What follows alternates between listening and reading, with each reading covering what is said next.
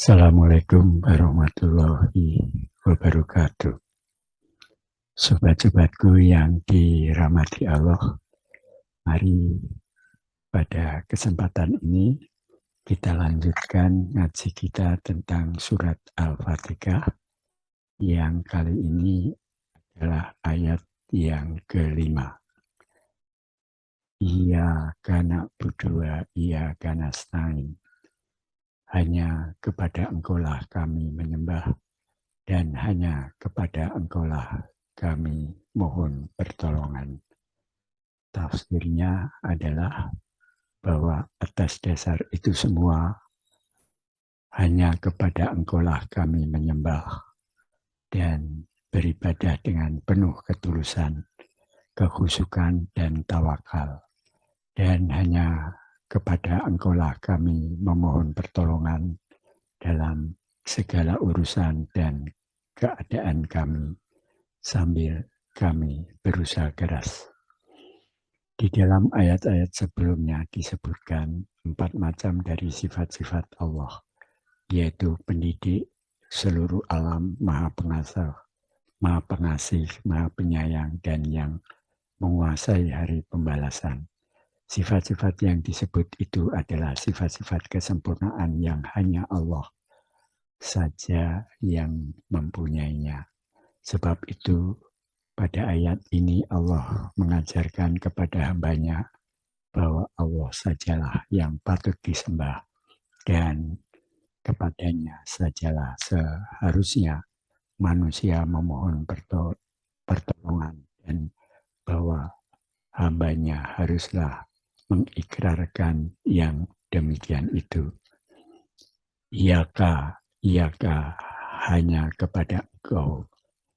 Iyaka adalah dhamir untuk orang kedua dalam kedudukan mansub karena menjadi maf'ul bih, objek. Dalam tata bahasa Arab, maf'ul bih harus sesudah fi'il dan fa'il. Jika mendahulukan yang seharusnya diucapkan, kemudian dalam balaghah menunjukkan qasr, yaitu pembatasan yang bisa diartikan hanya. Jadi arti ayat ini hanya kepada Engkau saja kami menyembah dan hanya kepada Engkau saja kami mohon pertolongan. Iyaka dalam ayat ini diulang 2 kali, gunanya untuk menegaskan bahwa ibadah dan isti'anah, minta pertolongan, itu masing-masing khusus dihadapkan kepada Allah, serta untuk dapat mencapai kelezatan munajat atau berbicara dengan Allah. Karena bagi seorang hamba Allah yang menyembah dengan segenap jiwa dan raganya, tak ada yang lebih nikmat dan lezat perasaannya daripada bermunajat dengan Allah. Baik juga diketahui bahwa dengan memakai iyaka itu berarti menghadapkan pembicaraan kepada Allah dengan maksud mengingat Allah SWT, seakan-akan kita berada di hadapannya dan kepadanya diarahkan pembicaraan dengan khusyuk dan tawaduk, seakan-akan kita berkata, ya Allah, zat yang wajibul wujud, yang bersifat dengan segala sifat kesempurnaan, yang menjaga dan memelihara seluruh alam, yang melimpahkan rahmat dan karunia-Nya dengan berlipat ganda, yang berkuasa di hari pembalasan. Engkau sajalah yang kami sembah, dan kepada Engkau sajalah kami minta pertolongan, karena hanya Engkau yang berhak disembah, dan hanya Engkau yang dapat menolong kami. Dengan cara seperti itu, orang akan lebih khusyuk dalam menyembah Allah dan lebih tergambar kepadanya kebesaran yang disembahnya itu. Inilah yang dimaksud oleh Rasulullah dengan sabdanya, engkau menyembah Allah seakan-akan engkau melihatnya. Riwayat Al-Bukhari dan Muslim dari Umar bin Al-Khattab. Karena surah Al-Fatihah mengandung ayat munajat berbicara dengan Allah menurut cara yang telah diterangkan, maka hal itu merupakan rahasia. Diwajibkan membacanya pada tiap-tiap rakaat dalam salat karena jiwanya ialah munajat dengan menghadapkan diri dan memusatkan ingatan kepada Allah. Na'budu pada ayat ini didahulukan menyebutkannya daripada nasta'inu, karena menyembah Allah adalah suatu kewajiban manusia terhadap Tuhannya, tetapi pertolongan dari Allah kepada hambanya adalah hak hamba itu, maka Allah mengajarkan hambanya agar menunaikan kewajibannya lebih dahulu sebelum ia menuntut haknya. Melihat kata-kata na'budu dan nasta'inu, kami menyembah, kami minta tolong, bukan na'budu dan asta'inu, saya menyembah dan saya minta tolong, adalah untuk memperlihatkan kelemahan manusia. Tidak selayaknya manusia mengemukakan dirinya seorang saja dalam menyembah dan memohon pertolongan kepada Allah.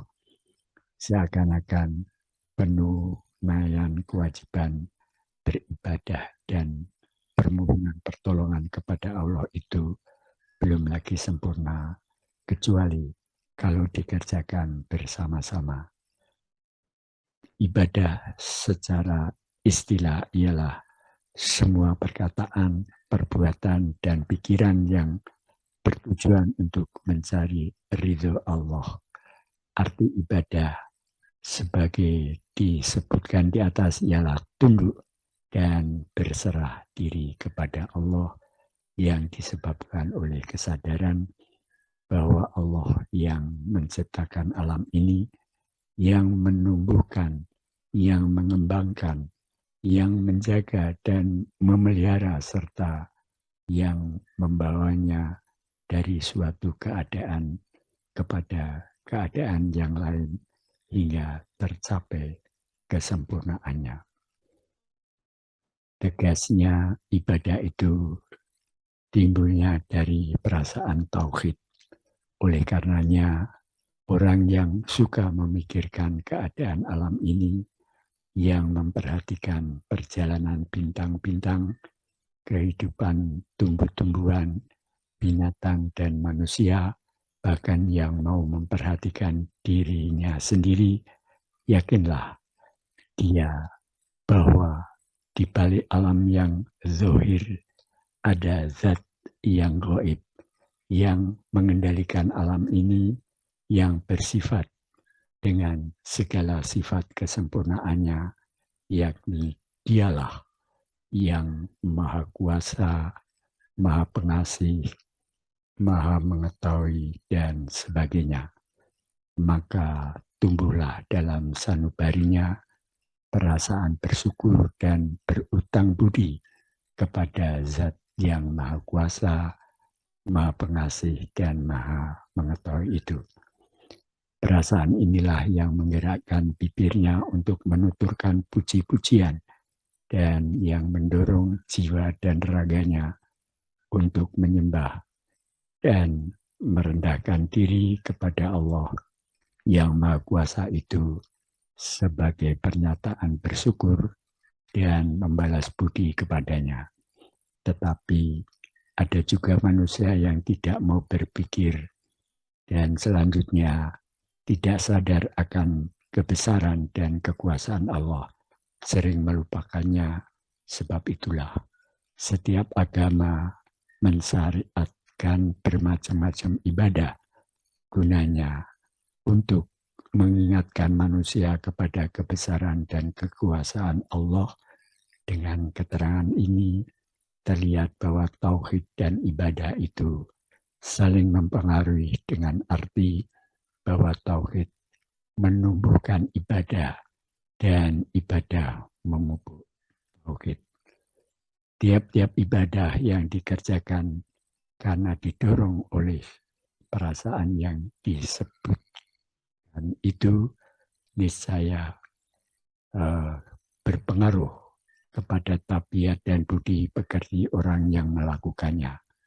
Umpamanya, orang yang melaksanakan sholat karena sadar akan kebesaran dan kekuasaan Allah dan didorong oleh perasaan bersyukur dan berutang budi kepadanya, akan terjauhlah dia dari perbuatan-perbuatan yang tidak baik. Dengan demikian, sholatnya itu akan mencegahnya dari mengerjakan perbuatan-perbuatan yang tidak baik itu, sesuai dengan firman Allah Subhanahu wa Ta'ala. Sesungguhnya sholat itu mencegah dari perbuatan keji dan mungkar. Al-Ankabut 29 ayat 45. Begitu juga ibadah puasa. Ibadah ini akan menimbulkan perasaan cinta dan kasih sayang terhadap orang-orang miskin. Demikian pula seterusnya dengan ibadah-ibadah yang lain. Ibadah yang sebenarnya adalah ibadah yang ditimbulkan oleh keyakinan kepada kebesaran dan kekuasaan Allah, serta didorong oleh perasaan bersyukur kepada Allah. Ibadah yang hanya karena ikut-ikutan atau karena memelihara tradisi yang sudah turun-temurun bukanlah ibadah yang sebenarnya. Kendati pun seakan-akan berupa ibadah, tetapi tidak mempunyai jiwa ibadah. Tidak ubahnya seperti patung, bagaimanapun miripnya dengan manusia, tidaklah dinamai manusia. Ibadah yang semacam itu tidak ada pengaruhnya kepada tabiat dan akhlak. Isti'anah,